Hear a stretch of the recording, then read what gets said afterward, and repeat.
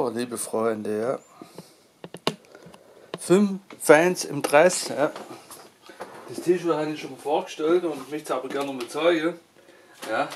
Das Jackie Chan T-Shirt, ja, von dem Film Die Schlange im Schatten des Adlers. Ja. Ja. Wo der da auch Schlangen-Kung-Fu macht und so. Und ja, war auch einer von seinen ersten Welterfolge und Jackie Chan, gerade Vorbild aus meiner Jugend, wo mich das sehen, Cobra Kai, Jackie Chan, und ja, da hat er halt die fingierte Filmfigur gespielt, der Han, ja, und die war ja unclaimed, ja, es sollte so die chinesische Version sein von der Filmfigur, also Han ist die chinesische Version, ja, von Mr. Miyagi, ja, und die Filmfigur Mr. Miyagi war ja ein Karateka aus Okinawa, ja, nach der fingierten Geschichte. Der Han ist ein Kung-Fu-Kämpfer aus China.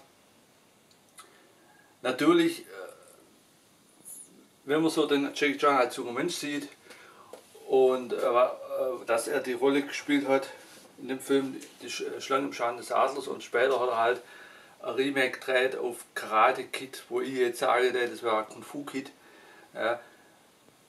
Und man das Karate Kid Universum so an sich betrachtet, dann hätte ich schon, da wäre so viel Story-Stoff da, um quasi Cobra Kai mehrere Staffeln zu drehen. Man kann zum Beispiel Karate Kid die nächste Generation einbauen mit der Frau, ja, und die Bösewichter, weil ich fand, das war in Karate Kid 4, dass die Bösewichter so böse waren, da hast du keine andere Wahl, sie zu hassen.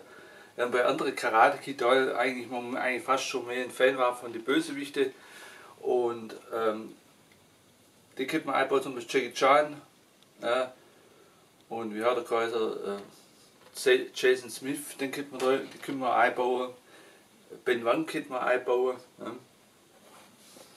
Und dann so quasi mal so Charakteränderung, ja, dass der Han quasi, vielleicht sind sie schon selber auf die Idee gekommen, dass der Han quasi bei der Cobra Kai Serie dann ja, zu den Cobra Kais kommt. Ja, dass er als Jugendlicher eher so drauf war und als junger Fighter und im Alter sich ein bisschen geändert hat und dass er wieder dort zurückkommt. So.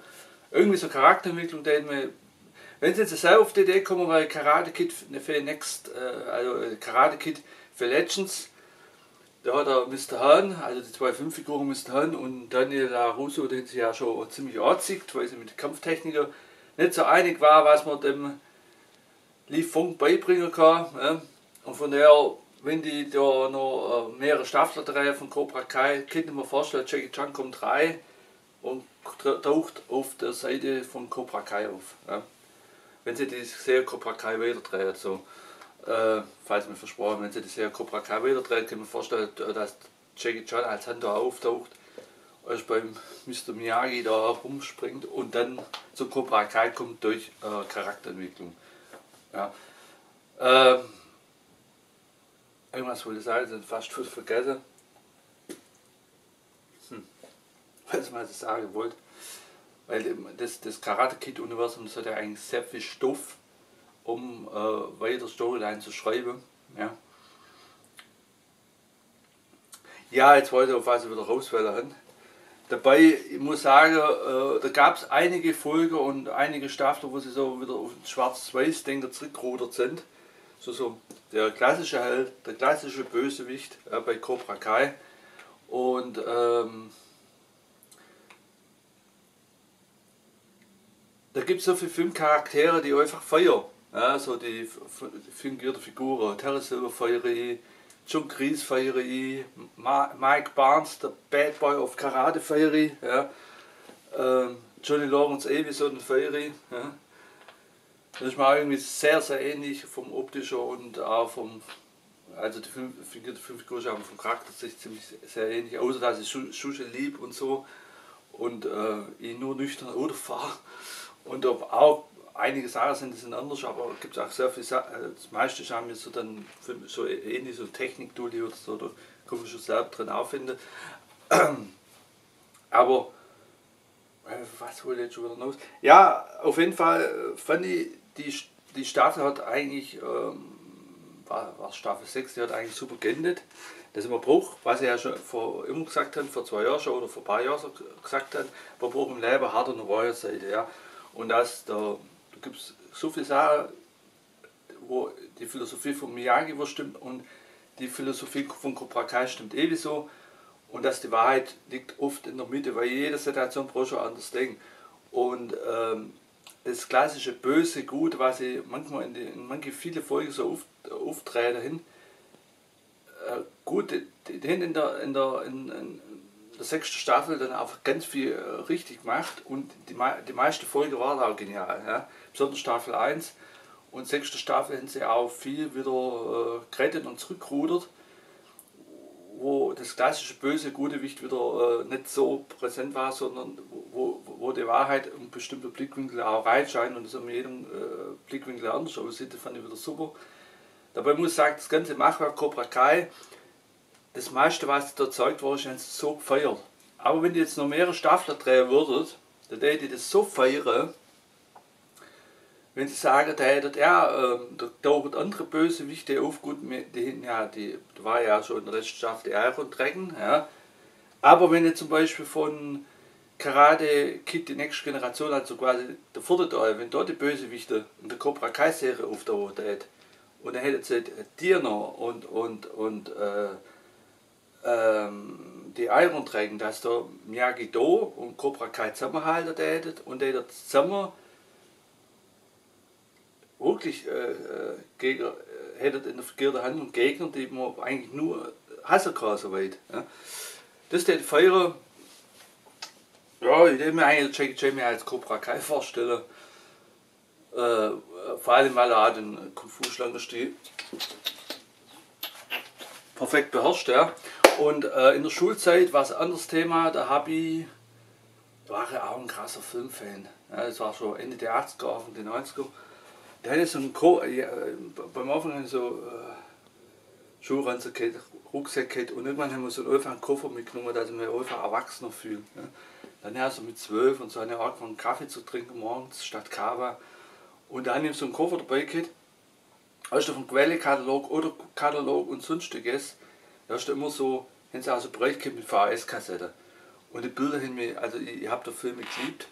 Da bin ich da Holzboden gewitscht. Und dann, gut, beim Anfang haben wir noch so unterschiedliche Genres noch angeguckt. Irgendwann bin ich auf Martial Arts und andere Action abgestanden.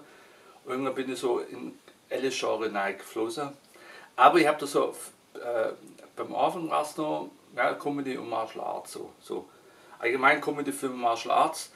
Und dann habe ich Bilder ausgeschnitten und dann sie einfach in den Koffer reingebebt. Und ich habe mich immer gefreut, wenn ich den Koffer aufmache, als Filmfan, da irgendwelche Bilder zu sehen. Ja, vom Jackie Chan, von Bruce Lee, irgendwelche Comedy-Sachen, Ghostbusters und irgendwas.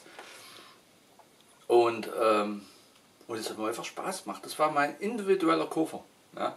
Und irgendwann ist einer gekommen und hat so abgewertet, was ist das, eine Videothek, bist du nur richtig im Kopf. Und das hat mich dann so verletzt und damit auch beeinflusst, klasse gut, ich war noch, man kennt gerade ein Rutsch so ein Teenie-Ding, da hat er die ganze Bilder wieder rausgenommen. Und später habe ich auch gedacht, ja, wenn einer einen blöden Spruch lässt, möchte der Brust den nicht den Spaß wegnehmen lassen. Aber war schon immer ein krasser Filmfan. Schon in den 80ern da gab es eine Serie mit Robin Hood, die hat ich gefeiert, da gab es eine Serie mit Hulk, mit Louvre Necro, die hat ich gefeiert. Dann an die Zeichentrickfilm He-Man, wenn man nachgekommen ist, habe ich gefeiert. Bud Spencer, Terence Hill habe ich gefeiert. Ja, und dann in den 90er hat man das Wrestling im Fernsehen gesehen oder irgendwelche Martial Arts Filme und so. Ja, und ich bin früher VHS-Kassette gesammelt, so eine kleine Sammlung als Kind gehabt, in der Jugend krasse VHS-Sammlung gehabt. Irgendwann bin ich halt umgestiegen auf DVD und Blu-ray, aber ich bin schon ein krasser Filmfan und ich genieße das auch. Also, und gerade jetzt durch die Koffergeschichte, ja, wo der eine gesagt hat, ja, was ist das, was hast du in einem Koffer reingebebt? wie peinlich oder dümmlich ist das. Oder später habe ich auch mit jemandem geschwätzt, der oft in Thailand war und ich habe gesagt, oh, Thailand möchte ich gerne mal nach, aber ich kenne es aus Filmen von Richard Donner hier und da. Der hat in Thailand oft Filme gedreht und ich fand die Landschaft und die Kultur in den Filmen immer super. Da prägt er mich ja, weil ich die Richard Donner-Filme erwähnt habe. Und da habe ich gedacht, okay, vielleicht fühlt man sich so allein, ja, vielleicht bin ich so der Einzige, der so die Filme feiert. Und wenn ich halt so umgucke in der Filmcommunity, dass andere auch Filme feiert, dann fühle ich mich nicht so allein und denke, ah ja, da gibt es ja schon andere genauso wie mir. Ja? Da bin ich ja nicht der Einzige. Ja? Also von daher. Gut, da soll es eigentlich auch um das T-Shirt gehen. Filmfans im Dress, man kann ja auch von der Optik zeigen, dass man Filmfan ist, im Gegensatz zu damals, wo die Sachen Koffer gepackt haben und wieder raus da haben. Heute bin ich stabil, da kann einer erzählen, was er will. Ich stand zu meiner Leidenschaft Filme, ja, und ich stand halt zu meiner Leidenschaft Sport. Wer kein Teenie mehr oder kein Kind mehr, wo ins Teenie-Alter rutscht, sondern ich stand dafür und bin stolz dafür. Und wenn ich ein Filmfan bin und ein Sportfan und ein Kampfkunstfan, Kampfsportfan, dann kommen ja dementsprechend auch Kleider dazu kaufen und da stand ja dazu. Und so als so Fanartikel, so T-Shirts, das schmückt uns schon. Gut, ich habe jetzt auch Ende letztes Jahr, Anfang des Jahres einmal so ein Rambo-T-Shirt kaufen wollen. Aber ich habe halt immer was anderes gekauft. Ja. Ich habe auch so Chuck Norris-Figur gekauft und so weiter. Und dann ich komme jetzt, das Rambo-T-Shirt kaufst du jetzt nicht, dass beim Schluss heißt, ich hätte irgendwie Leute kopiert, das möchte ich auch nicht. Weil das hat es ja schon bei der Ariel gehabt, weil ich fand die Ariel mit der Halle Belly fand ich super. Also das war für mich ein perfekter Ariel, weil es auch so gegen Rassismus war. Ja. Auf jeden Fall, ja, Kleider machen Leute und nichts Edels, oder ja, also das ist so edel, das Jackie Chan T-Shirt, noch fast nichts Edlers, ja, wo es gibt. Und ich wünsche euch was, ja. Gut, wenn du so Cobra Kai T-Shirts hast oder irgendwas mit den Cobra Kai Stars, das ist genauso edel. Ja. So, ein Bruce Lee T-Shirt, das ist auch edel, ja, das ist auch ein Cobra Kai Typ. Ja. So, also ich wünsche euch was, liebe Freunde. Filmfans im Dress, das ist quasi mein Format. Und ich komme immer wieder auf neue Ideen. Und falls man sich sieht auf der Filmbörse, essen wir natürlich eine Currywurst und trinken ein Bier. Ja.